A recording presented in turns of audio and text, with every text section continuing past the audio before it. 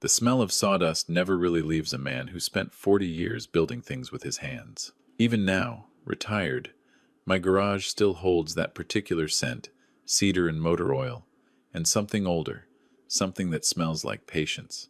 I was standing at my workbench on a Thursday evening, sanding the corner of a small oak side table I'd been making for no particular reason, just to keep my hands busy, when my phone rang. I looked at the screen. My son-in-law. I set down the sandpaper and answered. Richard. His voice carried that particular tone he always used with me, not rude enough to confront, not warm enough to ignore. Somewhere in the middle, where a man like Marcus lived most of his life. I'm calling about Sunday. Sunday was the housewarming party. The party for the house I had quietly, without any ceremony, contributed $187,000 toward building. My daughter Claire and Marcus had been in it for 3 weeks. 4 bedrooms, a chef's kitchen, a back deck with cedar railings I'd helped select. I knew every corner of that house. What about Sunday? I asked. There was a pause. Not a nervous one, a calculating one. We've been thinking about the guest list, he said. Claire and I, we want the gathering to reflect a certain kind of energy. The people in our circle now, colleagues, her new friends from the firm, some of my clients. It's a professional crowd, Richard. People at a particular stage of life. Another pause. We think it would flow better if it was just that group. I kept my hand on the oak table. The wood was smooth under my palm. You're asking me not to come to my daughter's housewarming, I said. We're asking you to understand the vision for the event, he said. You'd be more comfortable at a different kind of gathering. This is cocktails and catering, not you know. It's just not really your scene. Not my scene. I had poured concrete footings in January, cold 31 years ago, to build the company that made me the money that built the house he was standing in. I had eaten lunches out of a metal box on construction sites from Alabama to Montana. I had buried my wife of 34 years, 8 months after her diagnosis, and kept working because stopping would have meant lying down and never getting back up. And Marcus Hale, 38 years old, who had never once in 5 years looked me in the eye when he shook my hand, was telling me the housewarming party for a house I paid for was not my scene. I didn't say any of that. I understand, I said. Good. Claire will. Good night, Marcus. I hung up. I stood at the workbench for a long time after that. The garage was quiet. Outside, the Alabama evening was doing what Alabama evenings do in October, cooling slowly, the crickets starting up, the last of the light going amber through the high window above the shelving. I picked up the sandpaper again, set it down again. Then I walked inside, poured 2 fingers of bourbon I didn't drink, and sat at the kitchen table where my wife used to do the crossword every Sunday morning. Her chair was still angled the way she always left it, slightly pulled out as if she'd just stepped away. I thought about Claire, my daughter who had her mother's eyes and her grandmother's stubbornness, and who I had coached through Little League and driven to 17 college visits and walked down an aisle 3 years ago with a heart so full I could barely breathe. Claire, who had not called me herself tonight, who had let her husband make this particular call. That told me something. I didn't sleep much. I sat in that kitchen for a long while, and then I went to bed, and somewhere around 2 in the morning I made a decision, the same way I've made most of my decisions, quietly, completely, without drama. By 6 a.m. Friday, I was on the phone. The first call was to my attorney, Paul Greer. Paul and I went to high school together in Decatur. He's been my personal attorney for 22 years, and he answers his cell before 7 because he's always been that kind of man. Paul, I said, I need you to look at the terms of that transfer we structured last spring. The contribution to Claire's property account. The 187? Yes. Specifically, I need to know what our options are regarding the conditional nature of that gift, whether the conditions were ever formally documented. There was a brief silence. Paul knew me well enough not to ask unnecessary questions. Give me an hour. The second call was to my daughter's contractor, a man named Gary Whitfield, who runs Whitfield Custom Homes out of Huntsville. Gary had built the house. I had introduced Marcus and Claire to Gary. I had vouched for Gary with the lender, and Gary had done me a favor on the timeline because of that relationship. Gary, it's Richard Calloway. Richard, Sunday's the big day, huh? You must be excited. About that, I said. I need to ask you something directly. When you completed the final walkthrough last month, was there a punch list still outstanding? Items that were promised, but not yet resolved? Gary hesitated. Well, there are always a few things on a list like that. The pantry shelving wasn't completed to spec. The master bath exhaust fan is still running louder than it should, and we never finished the trim detail on the back bedroom window. Marcus said he'd circle back on those items after the party. So there are outstanding contractual obligations. Another hesitation. Gary was a smart man. Richard, what's going on? I'm going to need you to hold off on marking that project closed, Gary.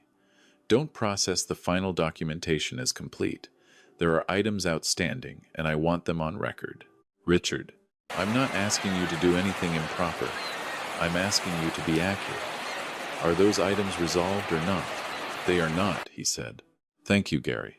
The third call was to a man named Donald Ferris at Cornerstone Bank in Birmingham. Donald handled commercial accounts. He also, as it happened, sat on the board of the neighborhood association that governed the subdivision where Marcus had recently been angling for a seat on the Architectural Review Committee, a position that would have given Marcus considerable social currency in the community he was so eager to impress. I didn't ask Donald to do anything improper either. I simply reminded him of a conversation we'd had at the chamber dinner in September, during which Marcus had rather enthusiastically described a real estate side project he was pursuing, one that, as I understood it, sat in an interesting gray area relative to his employment agreement at his firm. I just thought that was worth a follow-up conversation, I told Donald. Probably nothing. But you know how I feel about due diligence. I appreciate you flagging it, Donald said. By 9:30 Friday morning, I had made 7 calls. I want to be clear about something, because I think it matters.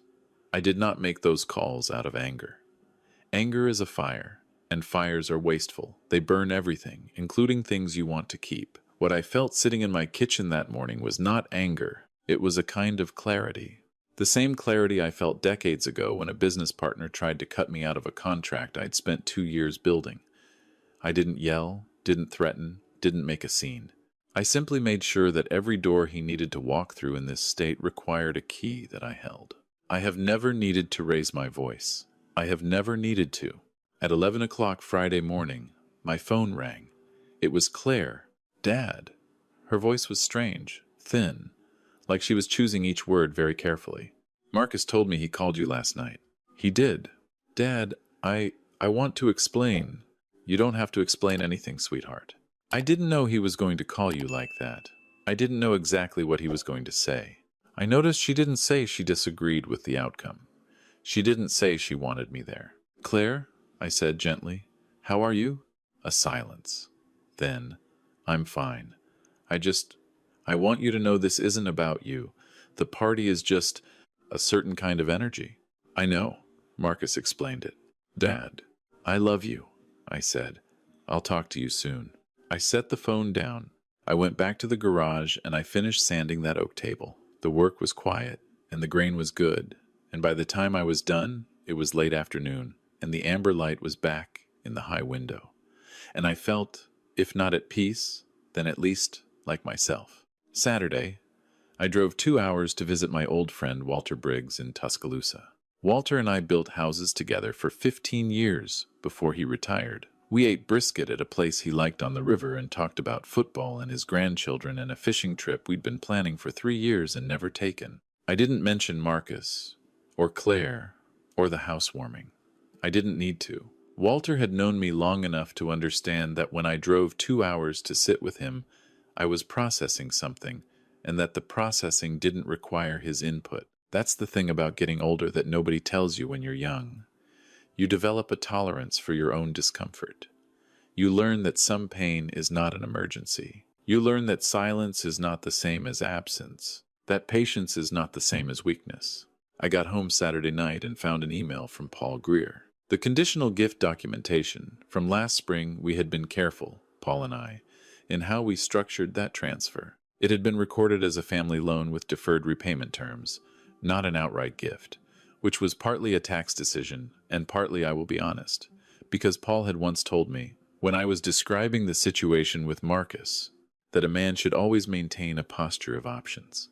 I had listened to Paul. The loan terms, Paul now confirmed in his email, were structured with a material change clause.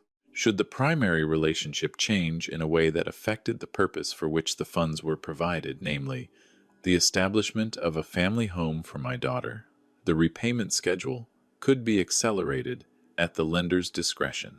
I was the lender. I wrote back to Paul, "Let's schedule a call Monday morning." Sunday came. I woke at my usual time, made coffee, read the paper on the porch. The Alabama morning was cool and clean, the kind of fall morning that makes you glad to be alive and in a place that has seasons. I had no plans. That was fine. I was 68 years old and I had learned to be comfortable in my own days. At 12:47 p.m., while I was eating lunch, my phone rang. It was a number I recognized but hadn't expected. Janet Hale, Marcus's mother, calling from her home in Mountain Brook. "Richard." She sounded the way people sound when they are trying to be composed but aren't quite. "I think we need to talk." Janet Hale was not a woman I disliked. She was socially calculating in the way that certain Mountain Brook women of her generation are socially calculating. It was less malice than conditioning. She had never been particularly warm to me, but she had never been outright unkind either. I had always placed her in the category of people who behave well when it costs them nothing, and poorly when it does. "Of course, Janet. What's on your mind?" "Marcus called me this morning. He seems to be under the impression that there are some financial complications related to the house. Something with the contractor and the bank." She paused. "I told him I thought he might be overreacting, but he seems quite upset." "I see." "Richard, I want to speak plainly." "Please do." "Whatever Marcus said to you, and I'm not defending it, because I've spoken to Claire this morning, and I understand more than he realizes. I do whatever he said. I don't think it's worth destroying what my son and your daughter have built." "Neither do I," said. "Then why?" "Janet," I said, "I want to ask you something. If your husband, 30 years ago, he had called your father the night before a family celebration and told him he wasn't welcome because he didn't fit a certain social profile, what do you think your father would have done?" A very long silence. "My father," she said finally, "would have made sure my husband understood the weight of that decision for the rest of his natural life." "Then I think you understand exactly where I am," I said. Another silence. Then, quietly, "Yes, I suppose I do. Thank you for calling, Janet." At 2:15, Marcus called. I let it go to voicemail. He left a message. His voice was different from Thursday night. The calculation was gone, replaced by something more exposed. He said there had been some misunderstandings. He said he hoped we could talk. He said, and here his voice shifted into a register I had never heard from him before, something almost young, that he realized his call Thursday night had not been appropriate and that he wanted to discuss it. I listened to the message twice. I did not call back. At 4 o'clock, a car pulled into my driveway. I was in the garden, cutting back the Confederate jasmine along the back fence. My late wife, Margaret, had planted that jasmine the year Claire was born, and I keep it now because it is hers, because the scent of it in April is as close as I can get to sitting in the same room as her. The car doors opened. It was Claire. She was alone. She walked across the yard toward me, and I could see from 30 feet away that she had been crying. Not recently, the particular exhaustion around her eyes was hours old.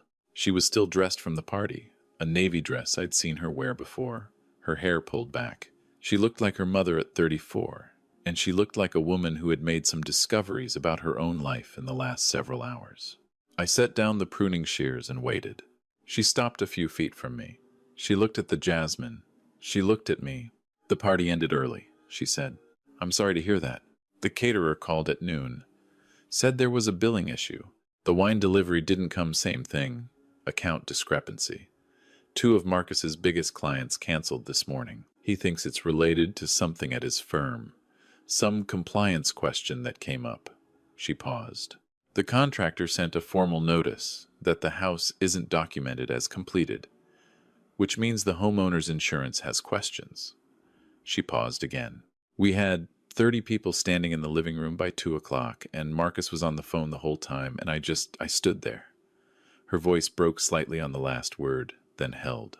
I stood there in my own house, and I realized I didn't know half the people he'd invited. I realized I hadn't invited a single person I actually loved. I didn't say anything. The jasmine moved slightly in the October wind. "You weren't there," she said. "My father wasn't at my housewarming." She looked at me, and her mother's eyes were very clear and very direct. "That was wrong, Dad. That was wrong, and I should have stopped it, and I didn't, and I'm sorry. You don't owe me an apology." "I absolutely do." She said it with a firmness that sounded like the best parts of who she was. I let him make that call. I knew he was going to make it, and I told myself it was easier to let it happen and fix it later, and there is no later for Thursday night. There's no fixing it. It happened. I looked at my daughter for a moment, 34 years old, my whole life, in a navy dress, standing in the garden her mother planted. "Did you have a conversation with Marcus today?" I asked. I had several.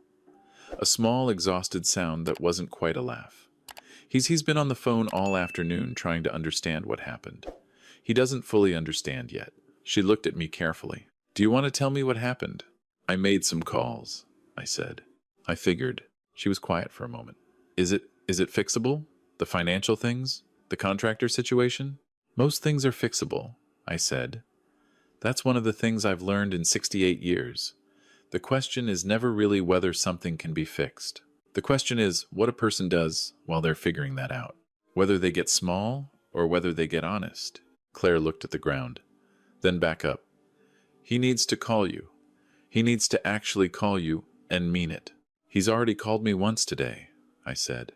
"That wasn't enough." "No," I agreed. "It wasn't." She nodded slowly, like she was accepting the terms of something. "I'm going to stay here tonight, if that's okay. I don't want to go back to the house right now. I want to sit somewhere that feels like us." "I'll make dinner," I said. She helped me finish with the jasmine first. We worked side by side for 20 minutes without talking, which is a thing we have always been able to do, exist in the same space without filling it with noise. Margaret was like that too. It's a kind of inheritance I'm glad passed down. Inside, I made the chicken and rice that her mother used to make on Sunday evenings, the recipe from the index card box that still sits on the counter in Margaret's handwriting. Claire sat at the kitchen table in her mother's chair, not the angled one, the chair across from it that had always been hers since she was 7 years old, and she was quiet for a long time. "I've been making excuses for him," she said finally. "Not to me, really. To the room, to herself, not in a dramatic way. Just in the small, constant way where you notice something and then you explain it and then you move on and then you notice something again and explain it again, and you don't realize that adding it all up looks like a pattern until the night you're standing in your own house and your father isn't there." I didn't respond right away. I kept my attention on the chicken. "When your mother was alive," I said. After a moment, "she used to say that the way a man treats your family is a preview of how he'll treat you when things get hard." She said it about me, too. She was watching how I treated her mother from the very beginning, and she told me that years later. "What did Grandma think of you?" "She thought I was too quiet and too stubborn, and that I'd make a satisfactory husband." A small smile. High praise from Miriam. Claire laughed. "The real kind. The one that lives in her chest, not the polite one she uses in professional settings." It filled the kitchen, and for a moment the room sounded like it used to. "What did you actually do, Dad?" "To the party, what actually happened?" I brought the food to the table and sat down across from her, and I told her. Not all of it, not every call, not every detail, but enough. I told her about the call with Paul, about the loan documentation, about the conversation with Gary Whitfield regarding the punch list, about Donald Ferris and the neighborhood board, and the question that had been raised about Marcus's side project. She listened without interrupting. This is another thing she inherited, the ability to listen completely. When I finished, she was quiet for a moment. Then, "The punch list is real. Those items were never finished." "I know." The firm question, "Is that real too?" "I don't know," I said honestly. "I know what Marcus told me about the project at Easter dinner when he'd had 2 glasses of wine and was feeling expansive. Whether it's actually a compliance issue is between Marcus and his firm. I simply made sure the right person was aware of the question. Claire absorbed that. That's a significant thing to do, Dad. Yes, I said. It is. Do you regret it? I thought about that genuinely, the way the question deserved. I thought about Thursday night in the garage, the phone call, the tone of Marcus's voice. I thought about my daughter standing in her own house at a party she hadn't chosen, surrounded by people she hadn't wanted, without the one person who had loved her since before she could walk. I regret that it was necessary, I said. I don't regret doing it. She nodded. He has to understand what he did, she said. Not just the money stuff, the actual thing. He will, I said. Or he won't. That part isn't mine to control. We ate dinner. The chicken was right. Margaret's recipe never fails. Claire had seconds, and we talked about other things, easier things about my nephew's new baby, about a fishing trip. Walter and I were finally going to plan for real, about the side table I was building in the garage, which Claire immediately claimed for her reading corner if she ever had a reading corner again. When the house gets sorted, she said, with a certain careful precision in the word when. When the house gets sorted, I agreed. After dinner, she went to call Marcus. I stayed in the kitchen and washed the dishes by hand the way I always do, which Margaret used to call my form of meditation. She wasn't wrong. There's something in the simple sequence of it. Hot water, soap, the weight of a plate, the rinse that clears a man's thinking. I could hear Claire's voice from the hallway. Not the words, just the tone. It was firm. It was tired. It was honest in a way that I recognized as her best self, the version of her that doesn't apologize for its edges. I finished the dishes and dried my hands and sat with the bourbon I'd poured Thursday night and still hadn't touched. I picked it up, set it back down. My phone buzzed. A text message. From Marcus. It said, Richard, I owe you a conversation. A real one. I understand if you're not ready for that yet. I'm not going to pretend I fully understand everything that happened this weekend, but I understand enough to know I was wrong on Thursday night, and that's where it has to start. I'm sorry. I read it twice. It was not a perfect apology. It had the particular shape of a message written by a man who is still processing shock, along with remorse. The part about not fully understanding everything was transparent, and the phrasing about where it has to start had the slight quality of a man who is already thinking about the negotiation ahead. But it was real. It was more real than anything Marcus Hale had ever sent me. I put the phone down without responding, not because I intended to be cruel, because a message like that deserves more than a text message in return. It deserves a table and 2 chairs, and the kind of conversation where a man has to look another man in the face and find out what he's actually made of when the performance of confidence has nowhere to go. That conversation would happen, not tonight, but it would happen, and it would be honest, and at the end of it, Marcus would understand something he had not understood before, not just about me, not just about what I could do, but about what his wife needed from the man she married, and what that required of him, and why the kind of man who calls his father-in-law the night before a party to say he doesn't fit the scene is the kind of man who wakes up one day in a large, empty house, wondering where everything went. I have seen it happen. I have watched men my age, successful men with portfolios and firm names and the right zip codes, standing at the edges of their children's lives, like strangers at a window, holding gifts nobody asked for, showing up to events they weren't exactly invited to, just not quite explicitly excluded from either. Their children courteous and distant in the particular way that means love has been replaced by obligation. That is the cost. Not money. Money is the smallest part of what it costs. The cost is the kitchen table on a Sunday morning. The cost is the recipe on the index card in your wife's handwriting. The cost is your daughter pulling her chair back up to the table and having seconds and laughing the real laugh, the one that lives in her chest. No amount of money buys that back once it's gone, and no amount of social positioning makes up for its absence. I have built things my whole life. Houses, roads, a company, a family. I know what foundations are. I know the difference between a wall that looks solid and a wall that is solid.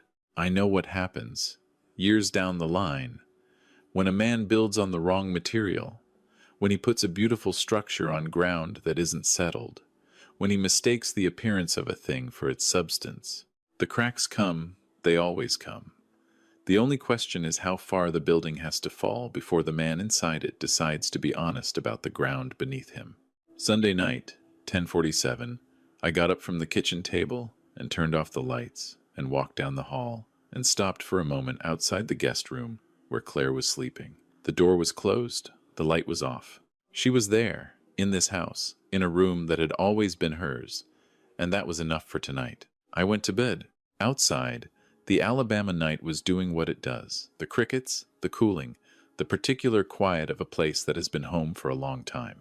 I lay in the dark for a while and thought about nothing and everything the way a man does at 68, when the days have been long and the decisions have been made and the outcomes are not yet fully settled. But the important ones, the ones that depend only on yourself, are already decided. I thought about my wife. I thought, Margaret, I think I handled it. I thought, I think she's going to be okay. I thought, the jasmine's going to need cutting back again in 2 weeks, and maybe this time Claire will be here to help. It wasn't a certainty. Nothing in this life comes with a guarantee, and anyone who tells you otherwise is selling something. But it was possible, and possibility, at 68, after everything, feels like more than enough. I choose what I pass on. I choose what I stand for. I choose, every single time I'm tested, whether I will let the moment define me or whether I will define the moment. That is not arrogance. That is not stubbornness. That is the only thing a man who has built a life from the ground up has truly earned the right to know his own weight. I closed my eyes. The crickets kept going. The jasmine was out there in the dark, fragrant and patient, waiting for spring, the way things that are rooted always wait, without anxiety, without performance, simply certain of what they are. That is how I have always tried to live. That is what I have always hoped she was watching.